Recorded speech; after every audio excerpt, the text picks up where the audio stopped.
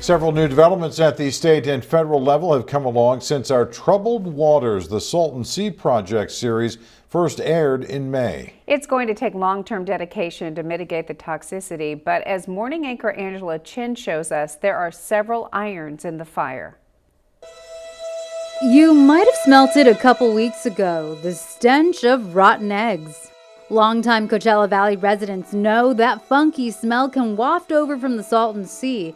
It happens on some particularly hot days, which helps release more hydrogen sulfide. Combine that with the stifling humidity, which tends to materialize when winds are southerly blowing toward the Coachella Valley from the lake, and you get the miasma of burnt garbage. The Salton Sea can stink at times because of the organic matter, like dead fish, rotting on the lake floor. Michael Cohen, a longtime Salton Sea researcher at the water think tank Pacific Institute, says a lot of ecological activity happens in these waters, just not the kind we might like. It's a hyper-productive body of water, and that can lead to algal blooms, cyanobacteria blooms, and other explosions of life forms that are toxic for people and animals. The Salton Sea has been a health problem for decades, with long-time inaction from agencies charged with actually doing something about it. But there is recent movement on a couple wetland projects around the lake. I know it's been important for folks to see actually something happening at the sea. And recently, a virtual roundtable. Incredible potential down at the Salton Sea. Featuring the California Natural Resources Agency revealed the state is working on ways to get the community more involved.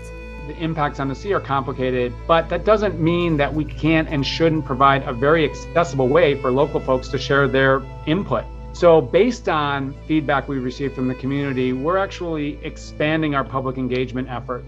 Congressman Raul Ruiz has also announced new legislation, the Salton Sea Projects Improvements Act, to streamline federal help at the Salton Sea. The result of inaction at the Salton Sea will be severe.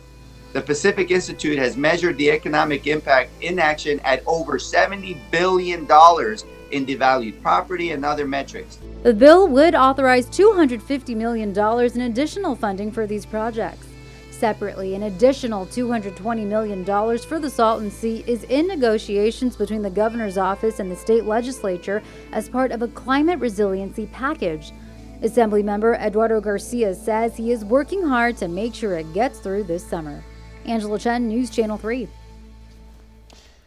And in another development, the environmental awareness group Eco Media Compass says the Bureau of Reclamation recently set aside $1 million for the Desert Shores project, which is a big win for the residents there. And if you'd like to submit your thoughts or ideas to the state, head to the California Natural Resources Agency's website.